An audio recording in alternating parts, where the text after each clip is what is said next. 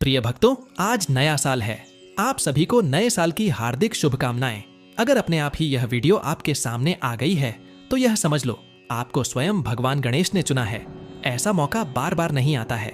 आज भगवान गणेश को अनदेखा करने की भूल भी मत करना। आप नए साल की शुरुआत एकदम सच्चे मन से भगवान गणेश के इस चमत्कारी मंत्र को सिर्फ 21 बार सुनकर कीजिए। यकीन मानिए, पूरे साल आपके घर में, आपकी तिजोरी में धन दौलत तथा पैसा हमेशा भरा ही रहेगा। कभी भी धन की कमी नहीं सताएगी। अगर तुम भी पिछले 2024 में बहुत गरीबी थे तो चिंता छोड़ दो। अगर आज के इस शुभ अवसर पर आपकी चाहे 10 लाख या 50 लाख तथा 1 करोड़ पैसों को एक साथ प्राप्त करने की इच्छा हो, वह भी पूरी हो सकती है। तो ऐसे मौके को अपने हाथ से न जाने दें। अगर भगवान गणेश ने आपको चुन ही लिया है तो भगवान गणेश के लिए ही इस मंत्र को 21 बार सुन लीजिए तथा गणेश भगवान की कृपा प्राप्त करिए तथा अपने जीवन में अथाह धन दौलत संपत्ति का लाभ उठाइए। तो चलिए शुरू करते हैं। ओम नमो सिद्धि विनायकाय सर्व विघ्नहराय मम संकटान महाकरणाय सर्वलोकदेवाय धनं प्रदाय च मार्मताम्।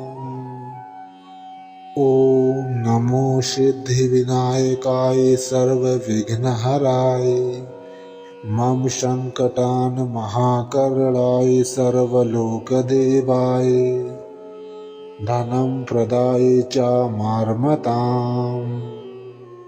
ओम नमो सिद्धि विनायकाय सर्व विघ्नहराय मम संकटान महाकरणाय सर्वलोकदेवाय धनं प्रदाय च मार्मताम्। ओम नमो सिद्धि विनायकाय सर्व विघ्नहराय मम संकटान महाकरणाय सर्वलोकदेवाय धनं प्रदाय च मार्मताम्। ओम नमो सिद्धि विनायकाय सर्व विघ्नहराय मम संकटान महाकरणाय सर्वलोकदेवाय धनं प्रदाय च मार्मताम्। ओम नमो सिद्धि विनायकाय सर्व विघ्नहराय मम संकटान महाकरणाय सर्वलोकदेवाय धनं प्रदाय च मार्मताम्। ओम नमो सिद्धि विनायकाय सर्व विघ्नहराय मम संकटान महाकरणाय सर्वलोकदेवाय धनं प्रदाय च मार्मताम्। ओम नमो सिद्धि विनायकाय सर्व विघ्नहराय मम संकटान महाकरणाय सर्वलोकदेवाय धनं प्रदाय च मार्मताम्। ओम नमो सिद्धि विनायकाय सर्व विघ्नहराय मम संकटान महाकरणाय सर्वलोकदेवाय धनं प्रदाय च मार्मताम्। ओम नमो सिद्धि विनायकाय सर्व विघ्नहराय मम संकटान महाकरणाय सर्वलोकदेवाय धनं प्रदाय च मार्मताम्। ओम नमो सिद्धि विनायकाय सर्व विघ्नहराय मम संकटान महाकरणाय सर्वलोकदेवाय धनं प्रदाय च मार्मताम्। ओम नमो सिद्धि विनायकाय सर्व विघ्नहराय मम संकटान महाकरणाय सर्वलोकदेवाय धनं प्रदाय च मार्मताम्। ॐ नमो सिद्धिविनायकाय सर्वविघ्नहराय मम संकटान् महाकरणाय सर्वलोकदेवाय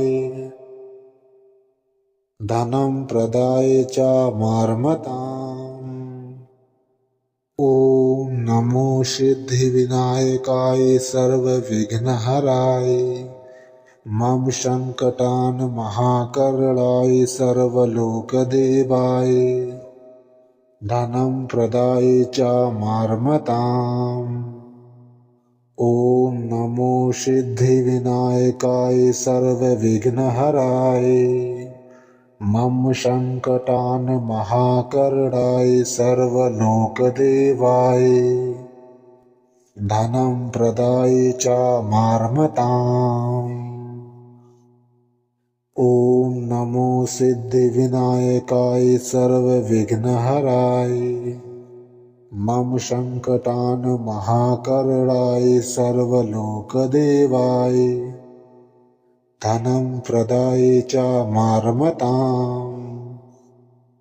ॐ नमो सिद्धिविनायकाय सर्वविघ्नहराय मम संकटान् महाकरणाय सर्वलोकदेवाय धनं प्रदाय च मार्मताम्।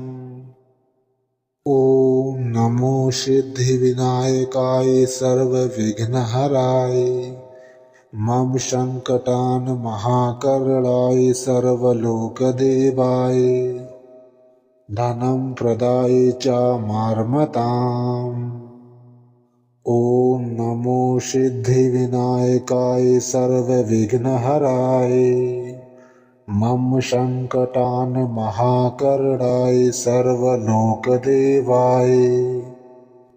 धनं प्रदाय च मार्मताम्। ॐ नमो सिद्धिविनायकाय सर्वविघ्नहराय मम संकटान् महाकरणाय सर्वलोकदेवाय धनं प्रदाय च मार्मताम्। ॐ नमो सिद्धिविनायकाय सर्वविघ्नहराय मम संकटान् महाकरणाय सर्वलोकदेवाय धनं प्रदाय च मार्मताम्। ॐ नमो सिद्धिविनायकाय सर्वविघ्नहराय मम संकटान् महाकरणाय सर्वलोकदेवाय धनं प्रदाय च मार्मताम्। ॐ नमो सिद्धिविनायकाय सर्वविघ्नहराय मम संकटान् महाकरणाय सर्वलोकदेवाय धनं प्रदाय च मार्मताम्। ॐ